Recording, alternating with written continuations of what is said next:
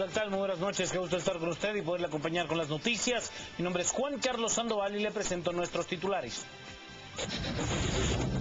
Azúcar de Guatemala presenta los titulares.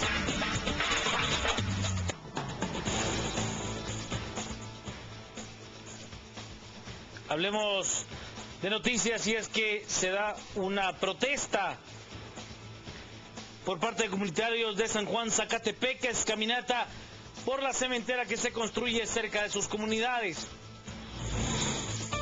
El ministro de Gobernación, Raúl Velázquez, deberá de pagar 2 millones de quetzales en reparación digna al Estado por permitir la mala construcción de la cárcel de Fraijanes II.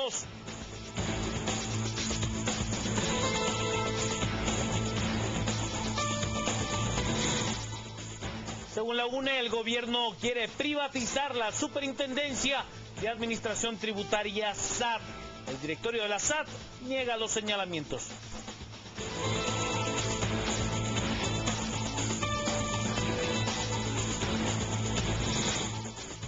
El presidente anuncia que se deducirán responsabilidades de los que permitieron que en el Centro Cultural Miguel Ángel Asturias se utilizara como una pista de motoenduro.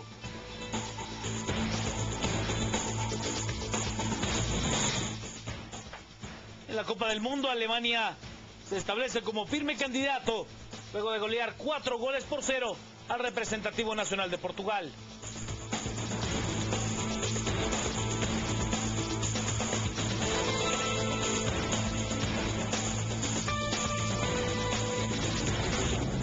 Azúcar de Guatemala presentó los titulares. Comenzamos con las noticias. He de contarle que según diputados de la Unidad Nacional de la Esperanza, el gobierno actual quisiera privatizar la Superintendencia de Administración Tributaria SAT. Según la Unidad Nacional de la Esperanza, existe la intención del actual gobierno de privatizar la Superintendencia de Administración Tributaria SAT. A decir del diputado Carlos Barreda, una empresa argentina sería la posible beneficiada y el directorio ya habría dado dictamen favorable.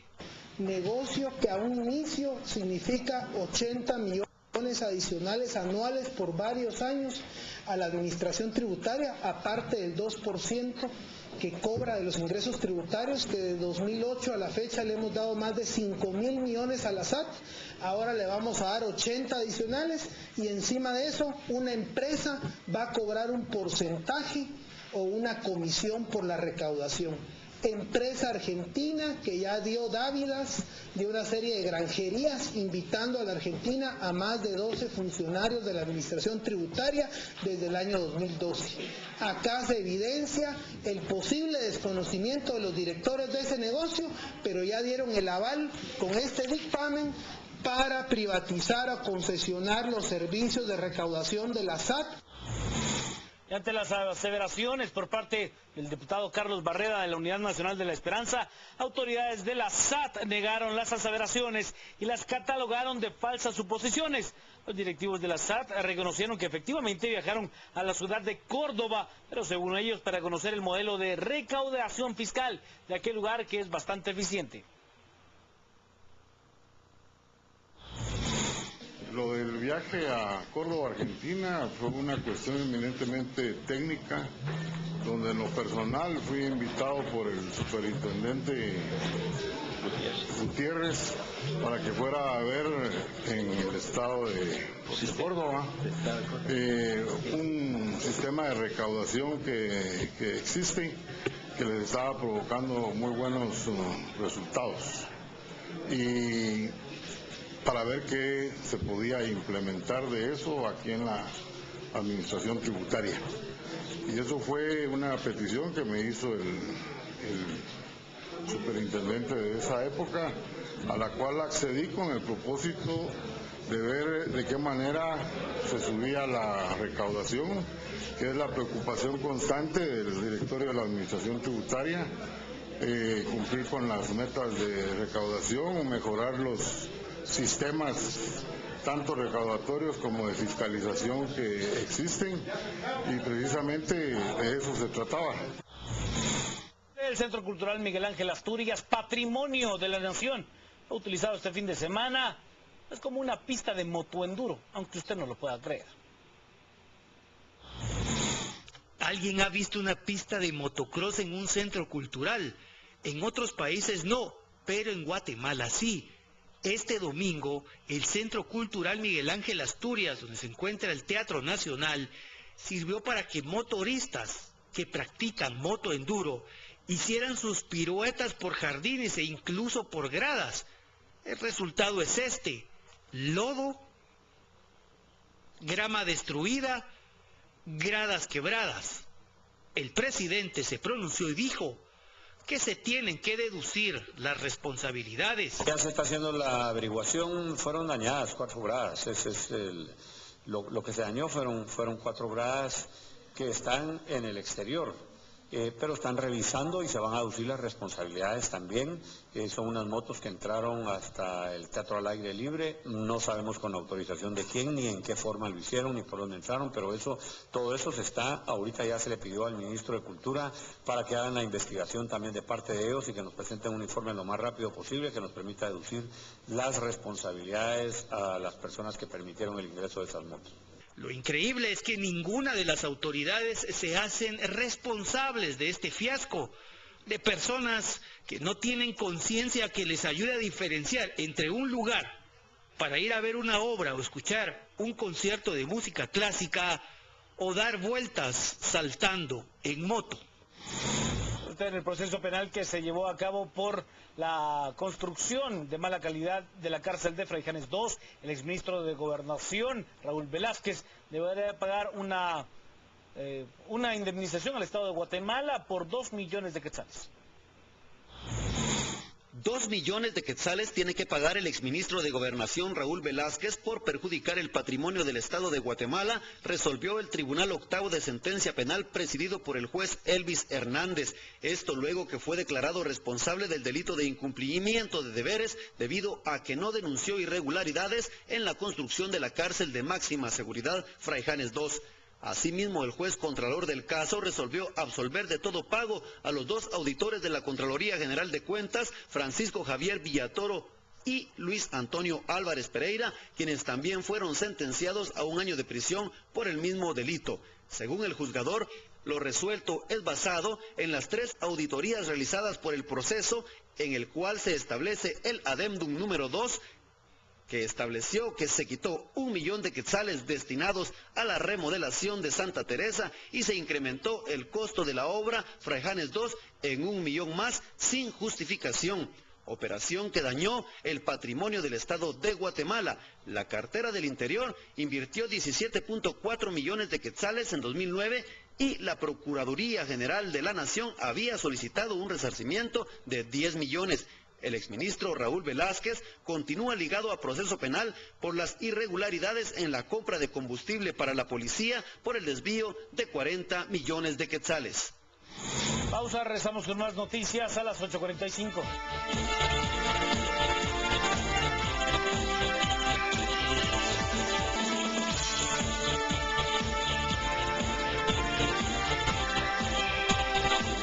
Noticias en este segundo bloque, de contarle que unas 200 personas iniciaron una marcha desde San Juan Zacatepeques, protestan en contra de la construcción de una cementera cerca de su localidad.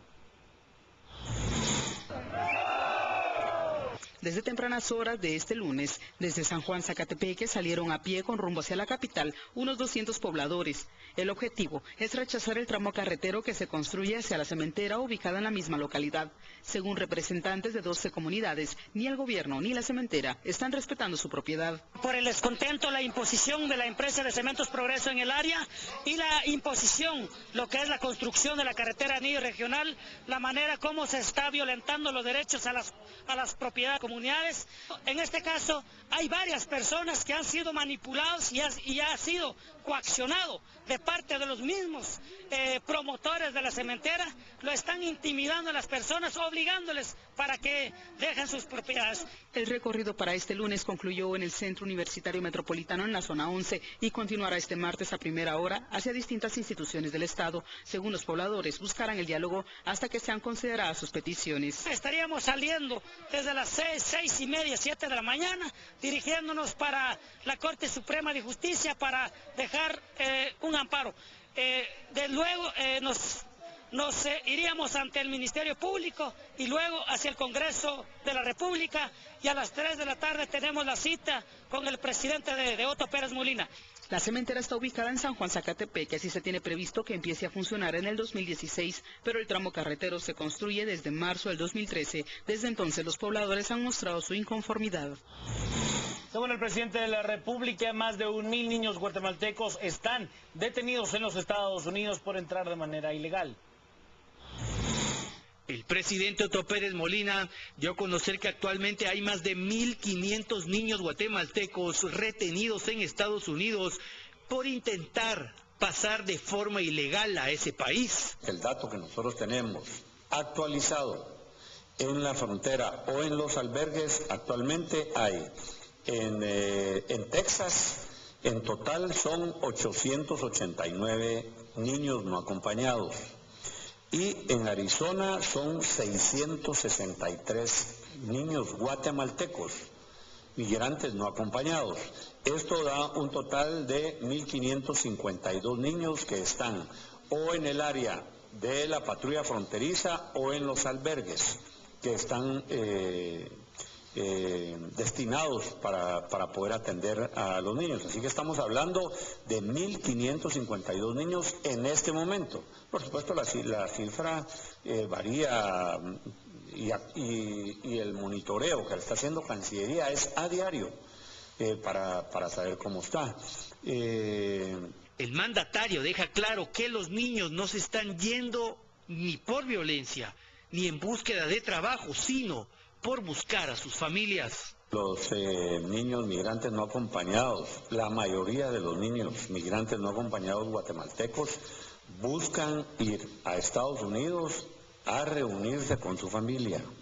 Esto es importante porque si no, aquí empezamos a decir que se están yendo por violencia o se están yendo por búsqueda de trabajo los niños o por alguna otra cosa. Y la mayoría de los niños que Cancillería ha acompañado y ha también estado presente en las entrevistas, lo que van es a reunirse con su familia. Y para atender a los menores de edad guatemaltecos que se encuentran retenidos en Estados Unidos, el gobierno guatemalteco ha creado una comisión específica que está presidida por la Secretaría de Bienestar Social de la Presidencia. El canciller nacional Fernando Carrera anunció la creación de la comisión. También dijo que se impulsa concientización y asesoramiento para tratar de contrarrestar la migración de niños hacia el norte.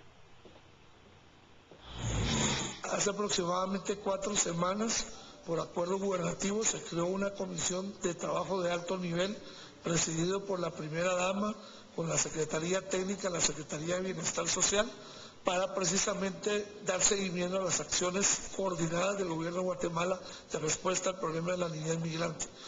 La comisión se estableció y, como dijo el presidente, ya ha empezado a tomar acciones, y tal vez la acción más inmediata e importante es que ya está levantada una campaña de sensibilización hacia la población para que evite enviar niños solos en este viaje tan peligroso, y estamos discutiendo cómo podemos llevarla a cabo, implementarla a nivel de medios de comunicación.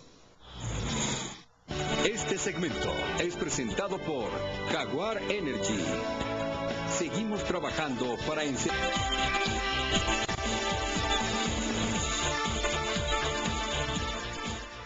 Estamos de vuelta a las 8:45. Juan Luis Font está hoy fuera del país, está de viaje, y me acompaña Claudia Méndez Arriaza para abrir este segmento de entrevistas sobre uno de los temas que ya veíamos en la edición del noticiero. ¿Veía usted daños físicos en el Teatro Nacional o en el Centro Cultural Miguel Ángel Asturias?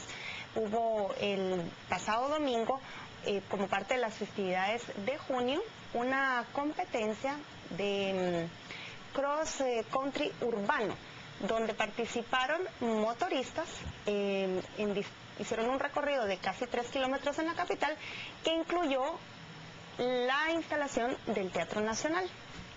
Para hablar de ese tema tenemos hoy a dos invitados. Uno de ellos es el señor ministro de Cultura, Carlos Batzin, y también el portavoz de la Municipalidad de Guatemala, Carlos Sandoval. Dos Carlos, para abrir este segmento. Claudia, ¿quieres comenzar tú? Sí, claro. Justamente cuando se celebran los 39 años de inauguración del Teatro Nacional, despertamos con estas imágenes. Motocicletas que destruyeron el graderío que conduce a la sala principal del Gran Teatro y el reclamo de muchos guatemaltecos que dicen cómo se convirtió el Teatro Nacional en el escenario de un deporte que no tiene que ver con con los objetivos para los cuales fue diseñado y construido ese recinto. Ministro, ¿nos puede usted explicar? Muy buenas noches, Claudia, Paola, Carlos. Realmente estamos en el 36 aniversario, el día de hoy precisamente, de este gran centro cultural Miguel Ángel Asturias. El día de hoy se entregó el galardón Efraín Recinos a 4 destacados colaboradores, artistas, trabajadores que se han esforzado por la conservación del teatro. Y bueno, esta noticia, esta acción es muy lamentable para todo el país. De alguna manera, pues hemos constatado a través de un informe que ya se generó a partir del Viceministerio del Patrimonio, específicamente el de Corvi, que es el departamento encargado del cuidado, el registro de bienes, el patrimonio de la nación, de que sí, evidentemente hubieron algunos daños a la estructura del edificio, particularmente el graderío, manchas de aceite en el escenario del teatro al aire libre y cierta destrucción a la vegetación del teatro. Esto de alguna manera es parte de las dos evaluaciones que se están generando, una de carácter técnico para evaluar los daños al patrimonio y segundo es una investigación administrativa para evaluar los procesos de quiénes son los responsables dentro de nuestros empleados, particularmente el director del teatro, al haber dado autorización para realizar parte de esta actividad. Nosotros como ministerio somos los que tenemos la potestad a través de mi persona de hacer cualquier convenio. Este no se generó en este caso, sí hubo una autorización según versión del director del Teatro Nacional para una actividad familiar donde se podían ingresar bicicletas pero no motocicletas. Sí, esa es la versión de él. ¿Por qué se le suspende hoy de sus labores al director? ¿Cómo se llama el director? Él es el licenciado Carlos Estrada y la suspensión obedece a que queríamos que no hubiera ninguna interferencia en las investigaciones que se están desarrollando. Carlos Sandoval, esta actividad fue organizada por la Municipalidad de Guatemala y entendemos que hubo por lo menos una treintena de patrocinadores. ¿En qué consistía y en qué momento, después de la evaluación que me imagino que hicieron hoy ustedes, terminó en este daño a la infraestructura del Centro Cultural? Bueno, antes que nada, muchas gracias por la oportunidad de dirigirnos a todas las personas que han hecho comentarios a través de las redes sociales y a través de los medios de comunicación. Bastante duras, por cierto. Sí, al final de cuentas, dentro de una ciudad y dentro de un país donde vemos más de 10 muertos diarios, donde se ven sucesos muy lamentables, es muy importante que todas las instituciones se sumen a realizar actividades deportivas y de carácter familiar, donde reúnan desde el más pequeño hasta el más grande de la familia para poder llevar entretenimiento y a la vez alejarlos de las drogas, del vandalismo, de la delincuencia y de un montón de temas que hoy por hoy se pueden ver dentro de la ciudad capital. La tarea de la Municipalidad de Guatemala siempre ha sido realizar diversas actividades, la pista de hielo, actividades familiares, también actividades de patinetas, jóvenes con bicicletas. Ese era el espíritu de la actividad. Siempre acudimos al llamado de la juventud y en este caso acudimos como parte de un equipo de patrocinadores, como lo menciona, de apoyar una actividad como esta en donde se reúnen ciclistas para hacer una competencia en bicicleta y algunos motociclistas para hacer un paseo urbano. Ellos no estaban en ninguna competencia, no había clasificación para ellos en ningún momento. Lo que ellos hicieron valer es que querían reunir a sus familias, ya que este deporte en el interior parte de un punto y se van y se pierden dentro de fincas y espacios y al final de cuentas sus familiares nunca los ven. Entonces era una oportunidad como para que ellos pudieran llevarles esto a todos sus familiares y amigos. Entendemos la situación, entendemos lo que ocurre dentro del Teatro Nacional. Sí se tenía autorización para que la actividad se realizara, pero hay algo muy importante que queremos hacer ver, y es que en ningún momento la Municipalidad de Guatemala, y mucho menos el alcalde Álvaro Arzú, tiene potestad para decidir qué se hace dentro de un teatro tan prestigioso y tan importante para todos los guatemaltecos.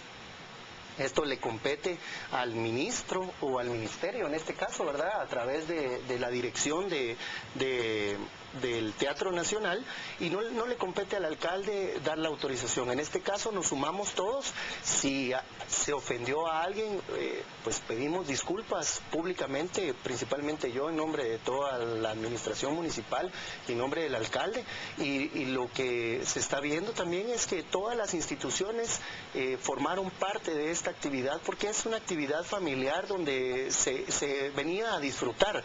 No se cuantificaron o no se calculó que en algún momento hubiera un daño dentro de las instalaciones tan importantes, como repito, para todos los guatemaltecos. Yo tengo una pregunta para ambos, Carlos. Escucho las explicaciones de la Municipalidad de Guatemala y me queda claro que eran unos patrocinadores más o promotores más del evento.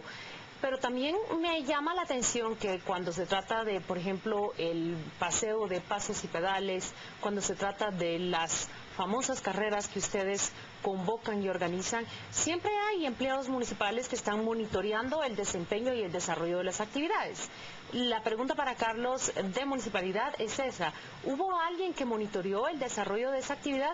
Y la misma pregunta para usted, señor ministro: cuando se concede el permiso del uso de un recinto que es importante y que es patrimonio, ¿no debió existir alguien que controlara el desarrollo de esas actividades y sobre todo el uso que iba a dársele al recinto?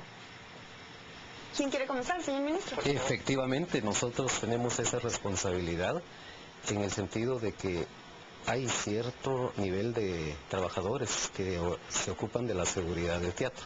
Y en este caso tenemos versiones de ellas que se están documentando en la evaluación, de que con el lujo de fuerza los hicieron a un lado, que no respetaron la autoridad de ellos para evitar el ingreso de estas motocicletas. Esta es una situación que a nosotros nos preocupa sumamente porque no tenemos cuerpos de seguridad dentro del Teatro Nacional, dado que es un recinto cultural y artístico. Y en ese sentido la posición nuestra es que no hubo efectivamente una autorización, salvo que se demuestre lo contrario por los organizadores. Y en este sentido pues nosotros estamos con la firme decisión de que el día de mañana se presentará la denuncia ante el Ministerio Público de estos hechos que se ¿Fueron violentos ellos con los empleados del teatro, dice usted? Hay algunas versiones que tenemos documentadas en estos momentos de estos trabajadores que precisamente por salvaguardar su integridad no han querido dar su nombre. Señor Sandoval. Bueno, yo tuve la oportunidad de compartirle hace un instante el mapa, el recorrido a los cuales puedo pues, tener una imagen donde acá dentro de este espacio se ven todos los patrocinadores, incluyendo, aquí está el de este lado, que es el ministerio, y el de la municipalidad, que aparece acá en este espacio. El propio Comité Olímpico. Son prácticamente todos los patrocinadores que se involucraron dentro de este tema.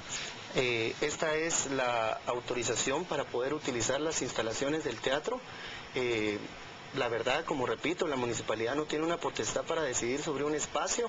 Esta es la autorización donde se avala y la solicitud por parte de la Municipalidad de Guatemala, bien en este espacio que fue la presentada, que está firmada y recibida por los representantes del ministerio. Se puede constatar que se solicitó para espacio peatonal, para corredores, porque el próximo domingo hay una actividad que es de corredores. Aquí mismo dice área de bicicletas y aquí área de motocicletas.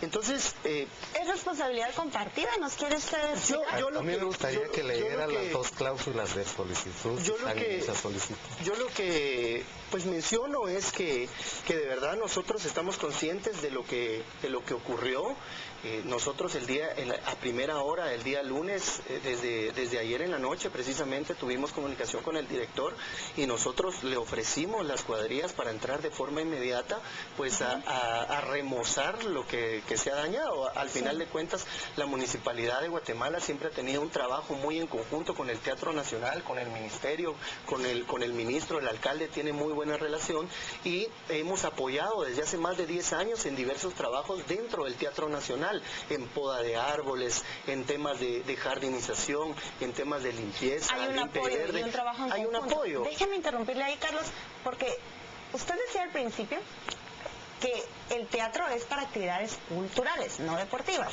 que su director le ha explicado hasta ahora que él solo autorizó el paso de bicicletas. Aún así, eso es deportivo. Ahí ya hay una infracción, una falta del reglamento. Haciendo un ejercicio de sinceridad. O sea, el director del teatro no tenía por qué autorizar motocicletas, ni bicicletas ni motocicletas. Pero la municipalidad también podría haber consultado si eso no reñía con un patrimonio. Porque al final es eso, no es solamente un parque o no es el museo de Fegua, es un patrimonio y un teatro de gran valor. Esa responsabilidad compartida. Es una responsabilidad compartida. ¿Quién va a resarcir esos daños? ¿Solo la municipalidad? ¿Ustedes van a aportar? Porque ahí hay que jardinizar, hay que rehacer las gradas. Nosotros estamos asumiendo apoyar la productora, que es la que reunió a todos los patrocinadores. La productora que reunió a todos los patrocinadores, que al final de cuentas es la que se encarga de obtener los permisos de cada institución o de cada espacio, porque la municipalidad da la autorización de que se realice dentro del parqueo de la Plaza Italia, el parqueo de la Loba, como muchos lo conocen, y ciertos espacios del área pública. El teatro otorga la autorización, FEGUA otorga también su organización, el Comité Olímpico también la otorga para que pasen en alrededor del Estadio Mateo Flores. Entonces, al final de cuentas, se reúnen todas las autorizaciones y lo que se hace es que cada instancia proporciona ciertos espacios para que la actividad se pueda realizar. Pero ¿recuerda usted cuando subieron los muchachos a la ciclovía y los hicieron grabar un video donde ofrecían disculpas y aparte creo que lavaron buses? No se han presentado ni han pagado su multa. No sé si pagaron la multa, pero públicamente divulgaron un video donde ellos ofrecían disculpas porque habían cometido una falta. ¿Quién va a ofrecer las disculpas en este caso del teatro?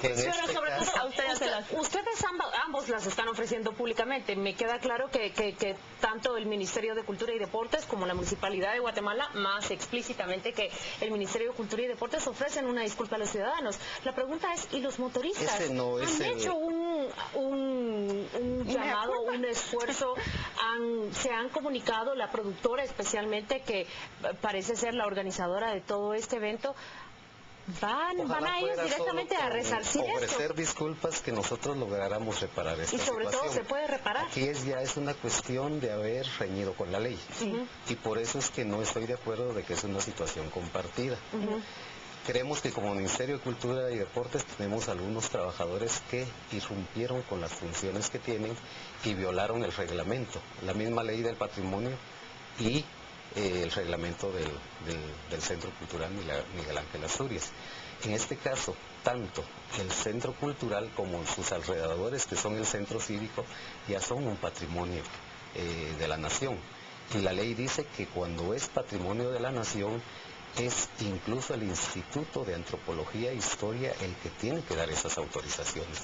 Hay procesos requeridos. Si no es de común uso, algo que se va a desarrollar, como en este caso una actividad deportiva, incluso en las calles, se tiene que tener una autorización del IDAE. Y este tipo de situaciones no se respetaron. Nosotros creemos, y nuestra denuncia va particularmente con esa irresponsabilidad que el director cometió. Ya el Ministerio Público se encargará de dilucidar qué otros responsables hay al respecto. ¿Sabe, señor ministro, que sus explicaciones y la situación me recuerdan mucho lo que sucedió hace 8 años, en el 2006? Sucede una situación similar. Antigua Guatemala recibe una papelería en la cual solicitan el permiso para el uso de ciertas ruinas y a la postre se descubre que se graba un film de pornografía en patrimonio cultural de la humanidad. También, sí. Ha sucedido también en Tikal. Conciertos que dañan las... ¿No está revelando esto que en realidad los controles, independientemente de quién sea la cabeza del Ministerio de Cultura y Deportes y quién esté al frente de esta unidad a cargo del cuidado del patrimonio y de los monumentos y de esa riqueza nacional, son laxos? Y sobre todo, con despedir a uno, vender a otros empleados, el problema no encuentra la solución de fondo que requiere. Tiene usted la razón, pero también no. En este caso, si nosotros dejáramos pasar con una destitución, situación, pues estaríamos castigando a alguien. Sin embargo, nosotros queremos que la ley sea la que actúe. Somos un gobierno que respeta mucho la ley y vamos a dejar que la ley sea la que dilucide realmente las responsabilidades. Si en este caso hay responsabilidades de nuestra parte, pues las vamos a asumir con toda responsabilidad, porque por eso es que estamos en este cargo. Carlos, ¿habrá una tercera edición de Cross Country Urbano? Bueno, por el momento se está definiendo dónde va a ser, la verdad, dentro de un espacio como el teatro. Vuelvo y repito, que no se tiene la autorización por parte de la municipalidad, o sea, no decidimos nosotros qué se hace dentro, inclusive para la carrera X-Room, que es este próximo domingo. De igual forma, había muchos patrocinadores, incluyendo el teatro, autorizando. Acá hay un documento, por ejemplo, donde uno de los medios de comunicación donde se ha recibido mucha crítica es patrocinador del evento, en este caso es Guatevisión, el que está apoyando la X-Room dentro del Teatro Nacional. Y al final de cuentas, por eso le digo, al final de cuentas todos nos involucramos dentro de la actividad, y es muy lamentable lo que pasa. Es por ello que nosotros como municipalidad estamos apoyando a la productora para poder recuperar, remozar los daños que se hayan hecho, jardinizar. La municipalidad tiene un equipo excelentísimo para ese tema, que lo puede hacer con mucho cuidado y con la supervisión del equipo del ministerio. Y por supuesto estamos con el tema de apoyar. Los motoristas, los participantes también han estado velando por apoyar, para ver qué es lo que se puede hacer.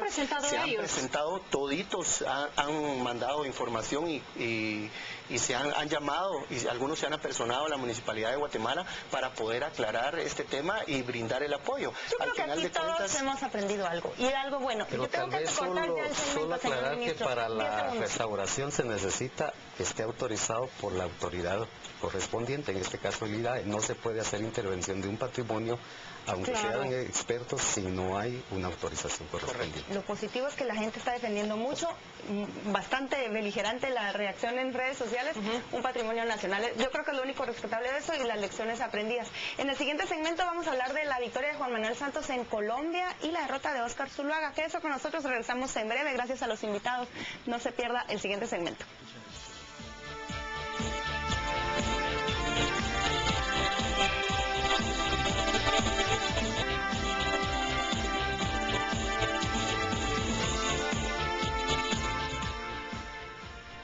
Estamos de vuelta a las 8:45 para hablar de la victoria de Juan Manuel Santos en Colombia y la derrota de Óscar Zuluaga. 50.9 ganó el candidato oficialista que buscó la reelección, y 45% su contrincante del Centro Democrático. Tenemos para este segmento dos invitados. Está el señor Roberto Wagner, conocedor y habitual invitado en a las 8:45, y don Manuel Conde.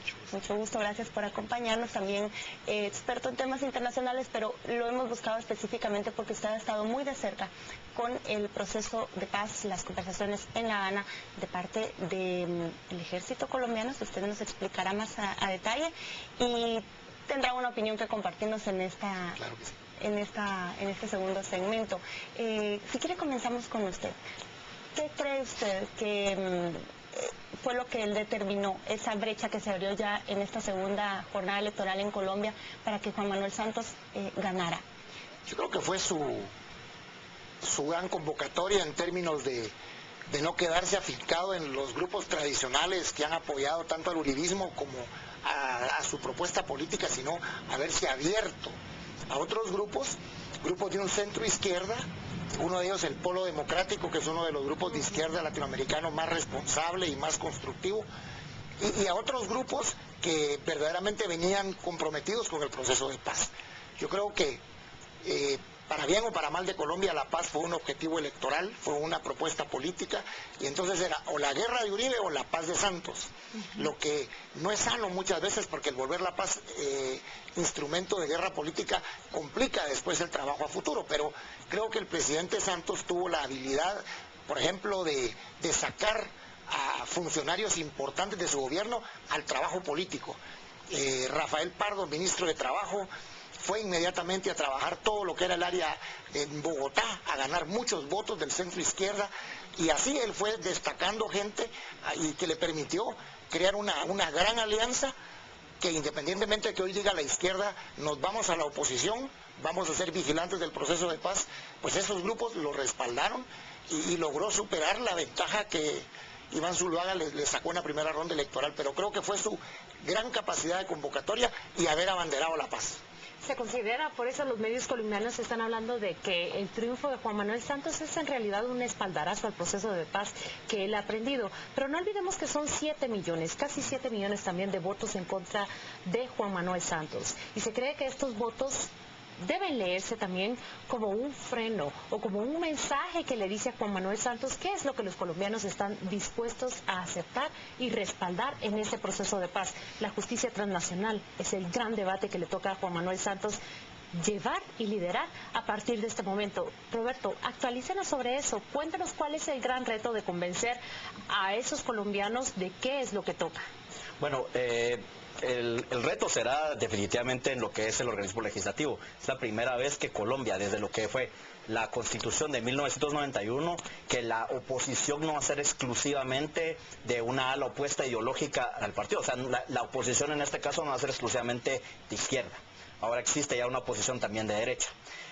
¿Hasta qué punto también? Porque eso es un elemento muy interesante. Una vez terminadas las elecciones, se reconoce la victoria de Santos, digamos, vemos un Uribe que habla de que hubo procesos en donde muchos miembros de las FARC salieron a intimidar gente, mientras más conciliador de parte de Oscar Iván Zuluaga y de Ana Ramírez, que en un momento dado se convierte en la vocera, digamos, o en la jefa de campaña, en un momento dado también de Zuluaga. O sea, no fue...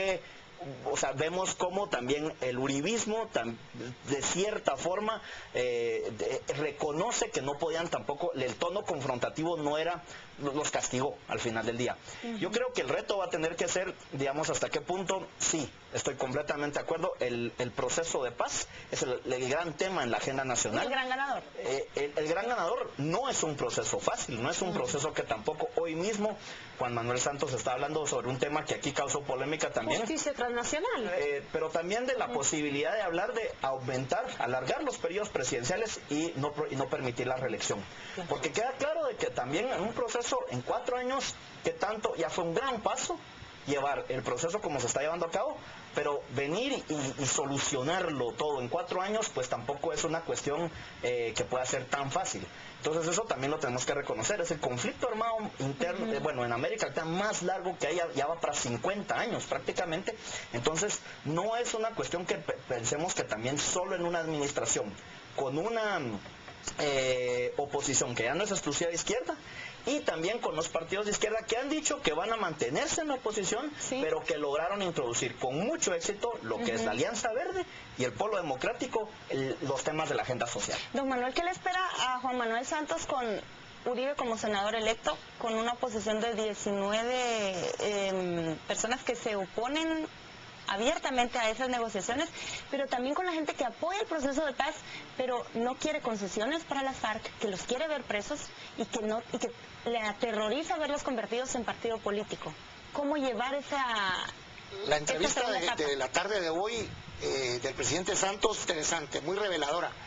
Él dice, bueno, con nuestra alianza casi hacemos una mayoría, pero estoy consciente que hay 7 millones de colombianos que no votaron por nosotros, a los que tenemos que respetar, con los que tenemos que saber dialogar. Y recordó algo, en Colombia sí está establecido que los acuerdos firmados en Habana van a ir a un referéndum, van a ir a una consulta. Y entonces él dice, el pueblo colombiano se va a poder manifestar de acuerdo o no con lo que resulte en La Habana. ¿Qué le toca a Juan Manuel Santos? Tener una gran capacidad de negociación política, tener una gran capacidad de convencimiento a la sociedad colombiana, como lo tuvo en la segunda ronda electoral, y sabe perfectamente que el presidente Uribe estará oponiéndose en un Senado donde, por supuesto, habrá un debate muy amplio, pero sin duda la capacidad de negociación del presidente Santos, la certeza que sus equipos negociadores le den a Colombia. Él tiene un equipo negociador de muy alto nivel.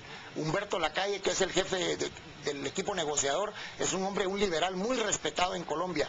El general Mora Rangel, que es el único oficial retirado que está en la mesa de negociaciones, es gente con mucha credibilidad. Así que no solo Santos encabeza esto, sino lleva un gran equipo y le toca tener capacidad de negociación y le va a tocar también demostrarle a Colombia que el proceso que le está negociando, aunque se hable de una justicia transicional, esta justicia transicional, él lo dijo también, no va a permitir impunidades, no va a haber amnistías, no va a haber leyes de perdón y olvido, sino se va a tener que ir a una discusión jurídica, una discusión que permita la participación política, y el que tenga que ir a la cárcel, irá a la cárcel. Roberto, quiero tomar dos líneas de lo que dice Manuel Conde en su respuesta. Y para colocar en contexto a quienes nos escuchan, Álvaro Uribe se convierte en la gran oposición de Juan Manuel Santos cuando Juan Manuel Santos fue el delfín de Álvaro Uribe. Es decir, sucede en la política colombiana un evento interesante, quizás inédito en la política de ellos, no lo sabemos, pero ahí se da una gran contradicción. Y también cita Manuel Conde la paz. Álvaro Uribe habló de esa paz e hizo una referencia a nosotros hace 2 días. Sí.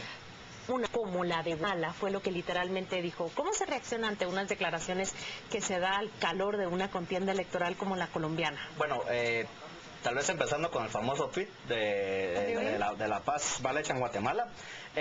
2 puntos. El tema de la paz en Guatemala y también, por ejemplo, el de El Salvador es discutido en muchos círculos en Colombia. O sea, un fuerte sector de la población colombiana no es completamente ajena a este tema. Entonces, lo utiliza de una medida altamente populista. Y eso es una cosa que también tenemos que tener y ser muy claros. El populismo no es una cuestión ideológica, el populismo ha sido usado tanto por derechas como izquierdas, y es precisamente utilizar el miedo para ganar votos. La proyección, que lamentablemente tenemos que reconocer que es negativa, de Guatemala, cuando venimos y hablas, por ejemplo, del caos, de la violencia, de la inseguridad que se sufre en Guatemala, la experiencia vivida de los colombianos es muy brutal, y entonces eso asusta.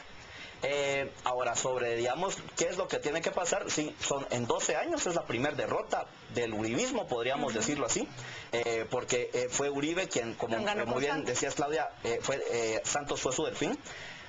Yo creo que el proceso, estoy de acuerdo aquí con el licenciado, en la medida en la que Juan Manuel Santos logre, digamos, que no sea él la personalidad, el personaje que lleva a cabo este proceso, sino que lo institucionalice y le enseñe a los colombianos de que esto es un proceso que, independientemente de quién está ahí, se va a continuar firme, porque eso es lo que buscan los procesos de paz, esas paces firme y duradera.